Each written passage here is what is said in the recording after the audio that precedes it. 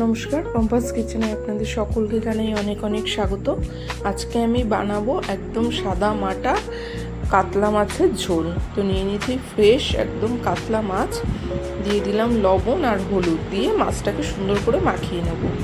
মশলার জন্য নিয়েছি কাঁচা লঙ্কা, আদা, টমেটো, আর নিয়েছি পরিমাণ মতো আলু। প্রথমে মিক্সিতে আদা আর কাঁচা লঙ্কাটা আমি পেস্ট করে নেব। একদম গরমের একদম সাদামাটা একটা রেসিপি। কড়াই বসিয়ে দিয়েছি, দিয়ে দিলাম পরিমাণ মতো সর্ষের তেল। তেলটা যখন খুব সুন্দর গরম হয়ে যাবে, তারপরে দিয়ে দেবো নুন হলুদ মাখানো কাতলা মাছগুলো, দিয়ে সুন্দর করে লাল করে ভেজে নেব। একটা পিঠ হয়ে গেছে, খুন্তি দিয়ে আমি উল্টে পাল্টে কিন্তু সব মাছগুলো সুন্দর করে ভেজে নেব।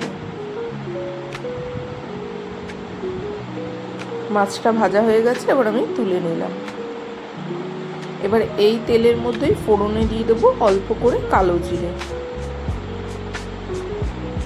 এবার দেবো কেটে ধুয়ে রাখা স্লাইস করে কেটে রেখেছিলাম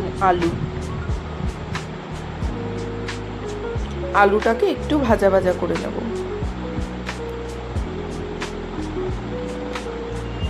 সুন্দর করে একটু ভাজা ভাজা করার পরে তারপরে দেব পেস্ট করে রাখা মশলাটা, মানে কাঁচা লঙ্কা, আদা, টমেটো বাটাটা দিয়ে এবার ভালো করে কষানোর পালা।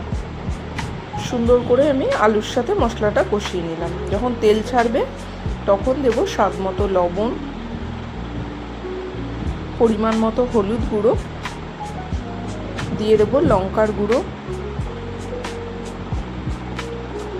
আর দেব একটুখানি ধনে গুঁড়ো। জিরে গুঁড়ো না, আমি অল্প একটু ধনে গুঁড়ো ইউজ করবো, আপনারা চাইলে জিরে গুঁড়োটাও দিতে পারেন। দিয়ে ভালো করে কষিয়ে নেব। কষাতে কষাতে যখন বেশ সুন্দর একটা তেল ছাড়বে, দেখুন খুব সুন্দর কষানো হয়ে গেছে। তারপরে ঝোলের জন্য পরিমাণ মতো আমি জল দিয়ে দেবো।